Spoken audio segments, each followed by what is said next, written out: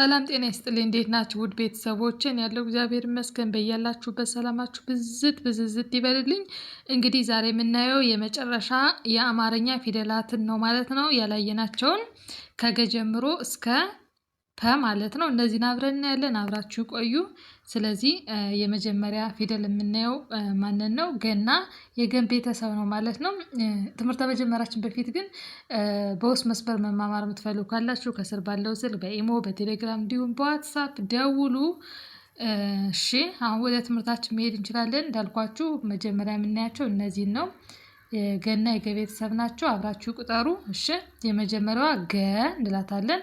ገ ከዛ ጉ ጊ ጋ ጌ ግ ጎ ጓ። እዚህ ጋር ምንድን ነው? ጓ ስምንተኛ ፊደል ወይም ውስብስብ ፊደል እንላታለን ማለት ነው።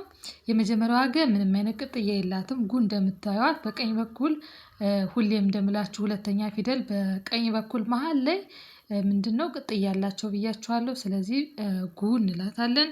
ቀጥሎ ጊ ነች። ከዛ ጋ ጌ ደግሞ አምስተኛ ፊደል በብዛት ቀለበት ፊደል ናቸው። ጌ ነች።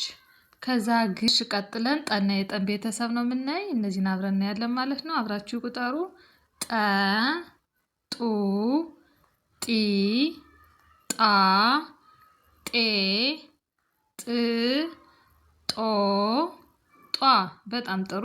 እሺ ጠ እንደምታዩት ምንም ቅጥያ የላትም። ጡ ሁለተኛ ፊደል በቀኝ በኩል ጎኗ ላይ ቅጥያ ያላት ማለት ነው። ሁለተኛ ፊደሎች በብዛት እስካሁን ድረስ ያየናቸው እንደዚህ ናቸው አይደለ? በጎን በኩል በቀኝ በኩል ቅጥያ ያላቸው። ከዛ ጢ በዚህ መልኩ ይጻፋል። ጣ አራተኛ ፊደሎች ደግሞ ምን ብለናል? በግራ በኩል እግራቸው ያጥራል እንደምታዩት። ከዛ ጤ ቀለበት ፊደል ነች። ከዛ ጥ ጦ ሰባተኛ ፊደል ምንድናት?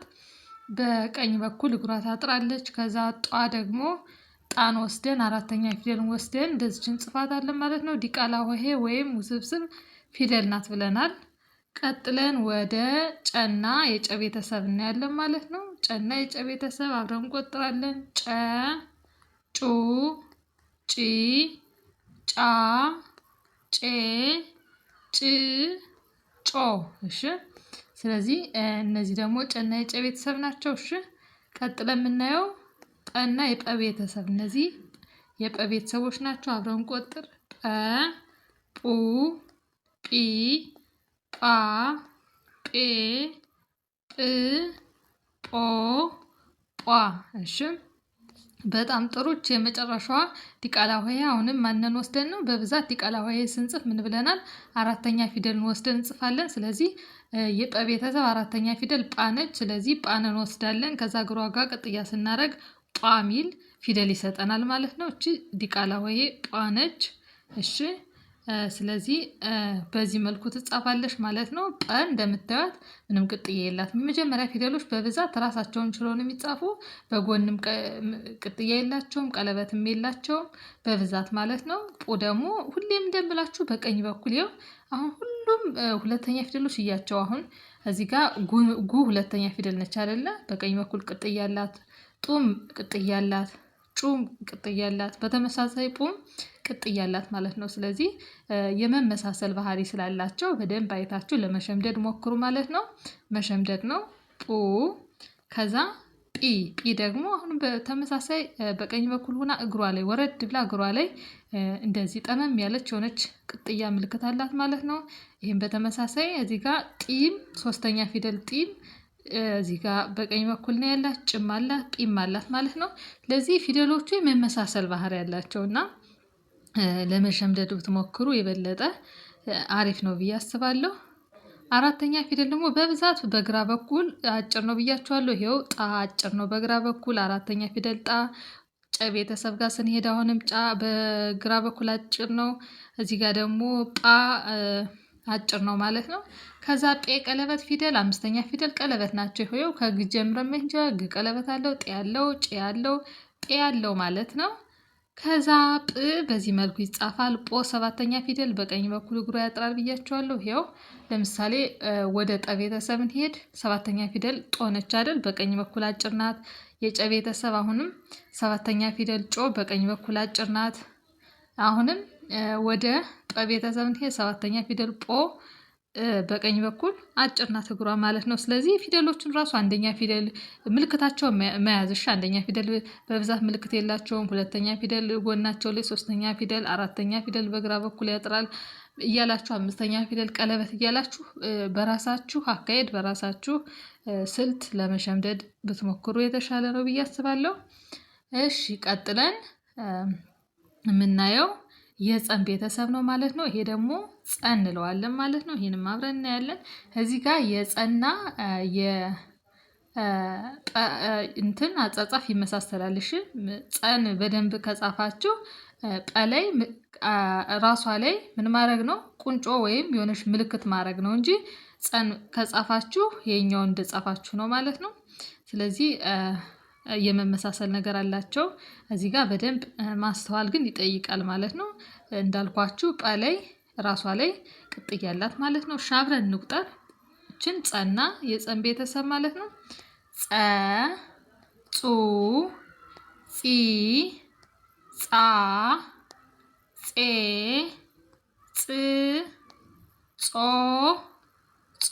እሺ እንግዲህ እንደምታዩት ፀ ልክ እንደዚህ ልዩነቱ በዚህ ጋር አናቷ ላይ ምልክት አለማድረጓ ነው እንጂ ከጠጋ ተመሳሳይ ነው አጻጻፋቸው። እንደምታዩት ሁለተኛ ፊደል ላይም ተመሳሳይ ናቸው አይደል? ልዩነቱ እዚህኛው ጠ ላይ ራሷ ላይ ምልክት ማድረጓ ናት። ልክ እንደምታዩት ማለት ነው። የምታዩት ነገር ነው። እዚህ ጋር ጲ ላይም በተመሳሳይ እንደምታዩት ተመሳሳይ ነው። ልዩነቱ በቃ ምንድነው? ራሷ ላይ ምልክት መኖሯ ነው የጠ ቤተሰብ እንጂ በዚህ መሰረት መጻፍ ትችላላችሁ። ይመሳሰላሉ ማለት ነው። ስለዚህ ፀን ከጻፋችሁ ጠ በምንም ሁኔታ አያስቸግራችሁም ማለት ነው። እሺ ቀጥለን አሁንም ወደ ፀ እንሄዳለን። እንግዲህ በአማርኛ ፊደል ሁለት አይነት የፀ ቤተሰብ ነው ያሉ ማለት ነው። እችኛዋ ሁለተኛዋ ፀ ነች። እሺ ነገር ግን እዚህ ጋር ሁለቱንም ማወቅ ስላለባችሁ ነው ሁለቱንም እዚህ ጋር ያመጣሁላችሁ። ስለዚህ እችንም አብረን እናያለን ማለት ነው። ያው በድምፅ ተመሳሳይ ናቸው እንደምታዩት፣ በአጻጻፍ ግን ይለያያሉ። አብረን እንበል። ፀ ጹ ጺ ጻ ጼ ጽ ጾ። በጣም ጥሩ። እሺ ቀጥለን ወደ አማርኛ ፊደል የመጨረሻዋ ፊደል ማነች? ፐ ነች አይደለ? ከሀ ጀምሮ እንግዲህ እየተማማርን ነው አይደለ? ከባለፈው ጀምሮ አሁን ማን ላይ ደረስን? ጰ ላይ ማለት ነው። ፐ ላይ ደረስን ማለት ነው። ከሀ እስከ ፐ። ዛሬ ፐን እናያለን። የመጨረሻዋን ፊደል ፐ፣ ፑ፣ ፒ፣ ፓ፣ ፔ፣ ፕ፣ ፖ ይሆናል ማለት ነው። ይህ የፐ ቤተሰብ የመጨረሻው የአማርኛ ፊደል ነው ማለት ነው። ስለዚህ ይሄንን በደንብ ማወቅ ይጠይቃል። በደንብ መለማመድ ይጠይቃል። አንዴ ከገ ጀምረን በድምፅ እንበላቸው። እሺ ከገ ቤተሰብ ጀምሮ ሙሉውን አብራችሁ ቁጠሩ። ልክ እንደ ክለሳ ማለት ነው። እሺ ገ፣ ጉ፣ ጊ፣ ጋ፣ ጌ፣ ግ፣ ጎ፣ ጓ።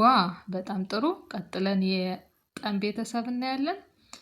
ጠ፣ ጡ፣ ጢ፣ ጣ፣ ጤ፣ ጥ፣ ጦ፣ ጧ። እሺ ቀጥለን የጨን ቤተሰብ ጨ፣ ጩ፣ ጪ፣ ጫ፣ ጬ፣ ጭ፣ ጮ። እሺ ቀጥለን የጰን ቤተሰብ ጰ፣ ጱ፣ ጲ፣ ጳ፣ ጴ፣ ጵ፣ ጶ፣ ጧ። እሺ ቀጥሎ ወደ ፀ ቤተሰብ እንሄዳለን። ፀ፣ ጹ፣ ጺ፣ ጻ፣ ጼ፣ ጽ፣ ጾ፣ ጿ። እሺ ቀጥሎ አሁንም ወደ ፀ፣ ጹ፣ ጺ፣ ጻ፣ ጼ፣ ጽ፣ ጾ። ቀጥለን ወደ ፐ፣ ፑ፣ ፒ፣ ፓ፣ ፔ ፕ ፖ። ስለዚህ እንግዲህ በዛሬ ትምህርታችን ከገ እስከ ፐ ያሉ ፊደላትን አይተናል ማለት ነው። እነዚህን እንግዲህ የመጨረሻ የአማርኛ ፊደላት ናቸው። እነዚህን በደንብ ዛሬ ደግሞ ትንሽ እነዚህ ሰፋ ያሉ ናቸው። እነዚህን በደንብ ደብተር ላይ ጽፋችሁ እንደተለመደው በደንብ አንብቡ። ደጋግማችሁ ቪዲዮን እየመላለሳችሁ እነዚህን በደንብ አንብቡ።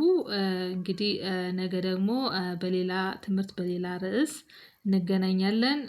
እነዚህን በደንብ አንብቡ። በያላችሁበት ሰላም ሁኑልኝ። በጣም አመሰግናለሁ።